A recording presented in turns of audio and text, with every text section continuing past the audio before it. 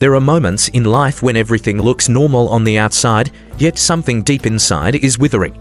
You show up, you smile, you blend in, but there's a part of you hidden from the crowd that feels useless, dry, forgotten, and maybe no one notices. Or maybe they do and judge you anyway. But what if the place of your greatest weakness is exactly where Jesus wants to meet you? If that thought stirs something in you, stay with this story. Let it wash over you like peace in a storm. And if you've found hope in stories like this, consider liking and subscribing. These stories aren't just history, they are healing. It was a Sabbath, and Jesus entered the synagogue. Now, that detail might seem ordinary, but in this moment it wasn't. Because in that crowd, sitting quietly, was a man with a shriveled hand. We don't know his name. We don't know how long his hand had been this way. Was it since birth? An injury? An illness? We only know this. One hand worked, one did not. One could build, carry, provide. The other hung limp, lifeless, publicly visible, quietly painful. In a culture where every part of a man's identity was tied to what he could do with his hands, his trade, his strength, his service, this wasn't just a disability. It was a sentence, a label, a weight. And yet, there he was, in the synagogue, on the Sabbath. Maybe he'd come to worship. Or maybe he just came because that's what you do when you have nowhere else to go. When healing feels far away but giving up feels worse. And Jesus noticed him. Mark 3:1 says simply, another time Jesus went into the synagogue, and a man with a shriveled hand was there. The room was already tense. The religious leaders were watching Jesus closely, not to learn from him but to accuse him, to trap him. They had heard of his miracles, and now they were watching to see if he would dare to heal on the Sabbath. To them, healing was work, and work on the Sabbath was forbidden. Imagine the air in the room, thick with silence, sharp with suspicion. And then Jesus, standing in the center, said something that turned every head. Stand up in front of everyone. Mark 3:3, the man with the withered hand froze. What must he have felt? Embarrassment, exposure. Was this a trap, a test? But he stood there, under every eye, with his weakness visible to all. He stood.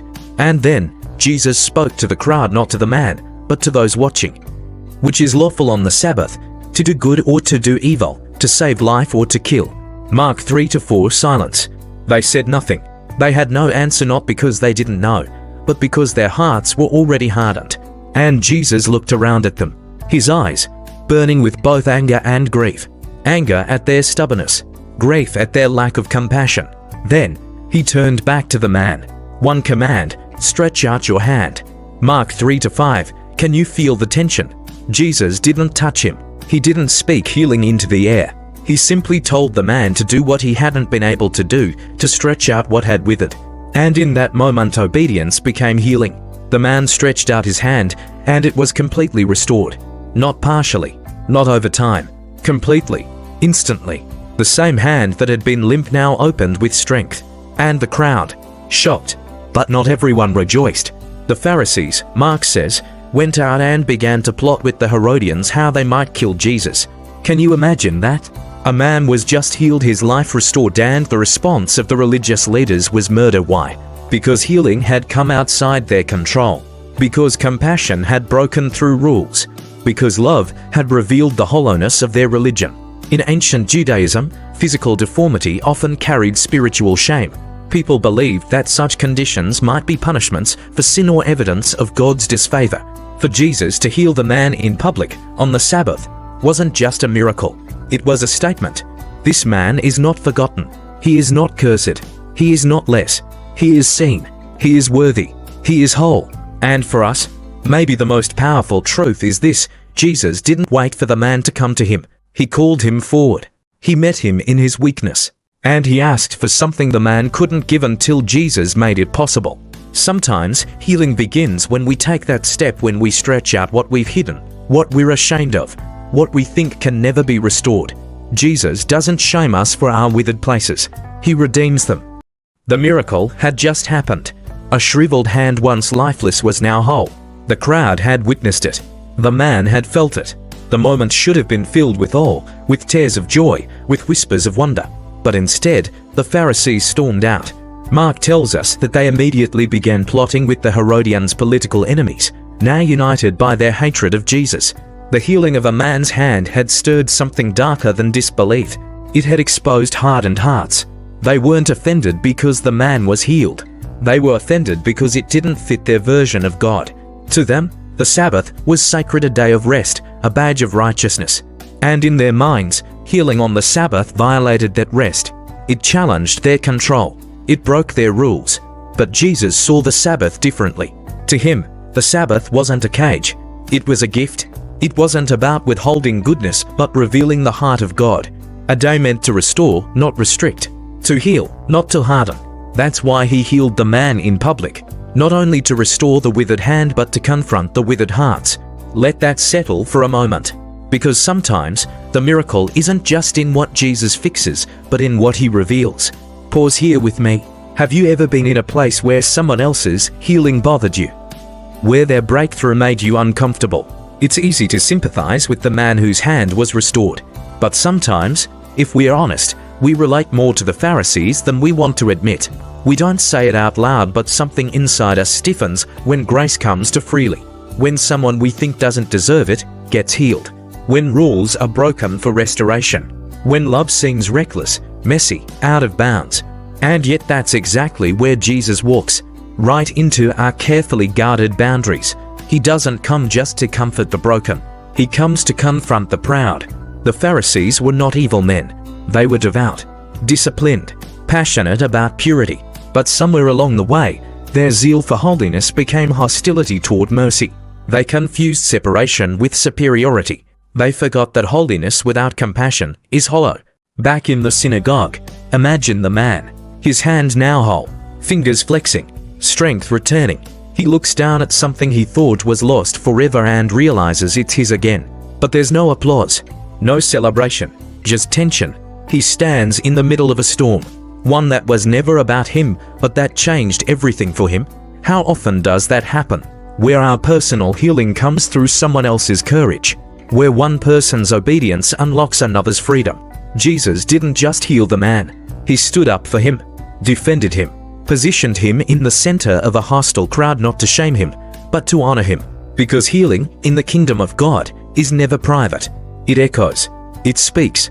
It breaks cycles. It reshapes community. In ancient Jewish law, a man with a deformity could be barred from certain temple roles or seen as ritually unclean.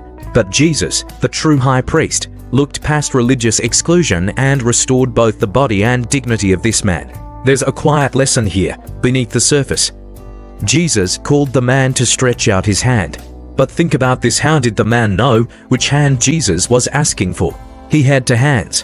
One strong, one shriveled. He could have offered the good one.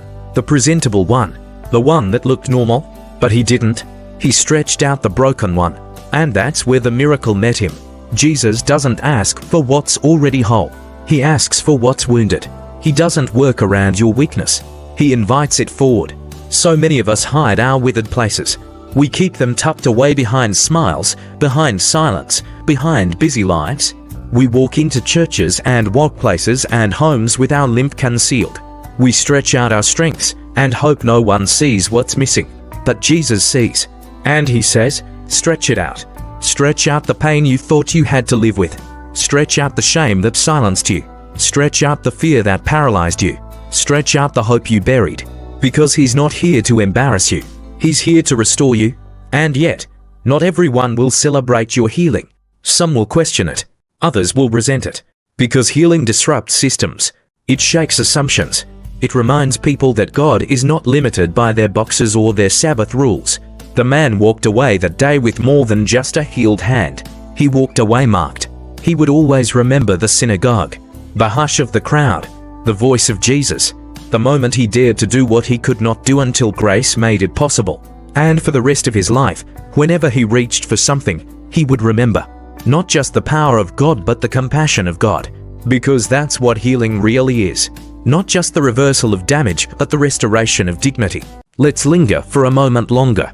Because while the story seems to end with a miracle, in truth, it was only the beginning. That day in the synagogue marked a turning point, not just for the man, not just for the Pharisees, but for Jesus himself. From that moment, the tension escalated. The hatred deepened. The cross came closer. All because Jesus chose mercy over man-made tradition. He knew what healing that hand would cost him. He knew what standing up for the broken would stir. And he did it anyway. Why? Because he doesn't just heal what's visible. He heals what's valuable. Think about hands for a moment. What do they represent? We use our hands to work, to build, to carry, to comfort, to protect. But deeper still, our hands represent agency, dignity, connection. To have a withered hand in that culture wasn't just a physical limitation, it was often a social sentence. It meant you couldn't fully provide. You couldn't fully participate. You couldn't fully belong. This man's hand wasn't just shriveled. His place in the world had been too. But when Jesus healed him, he wasn't just restoring function. He was restoring worth. He was saying, you matter. You're seen. You're not disqualified.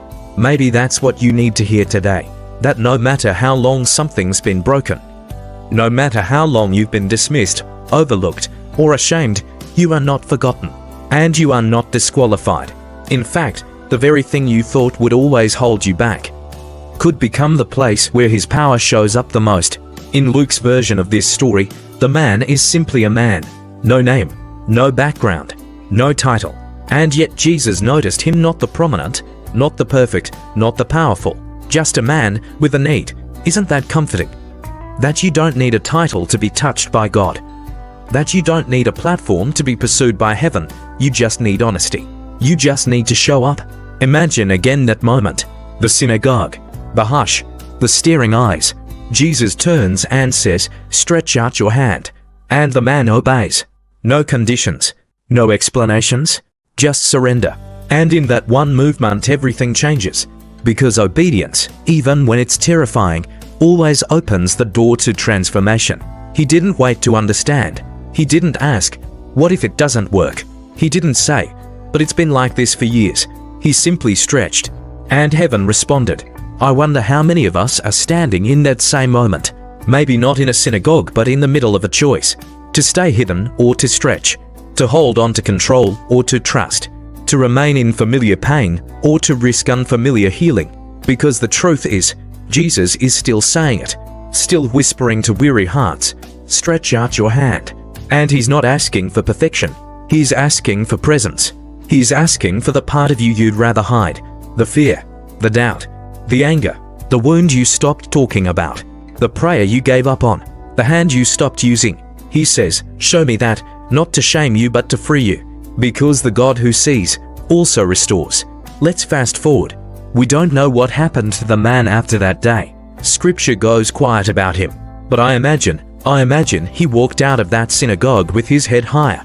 I imagine he returned home and someone gasped when they saw his hand move. I imagine that every time he reached out to help someone, to carry, to hold, to serve, it was with a sense of holy gratitude.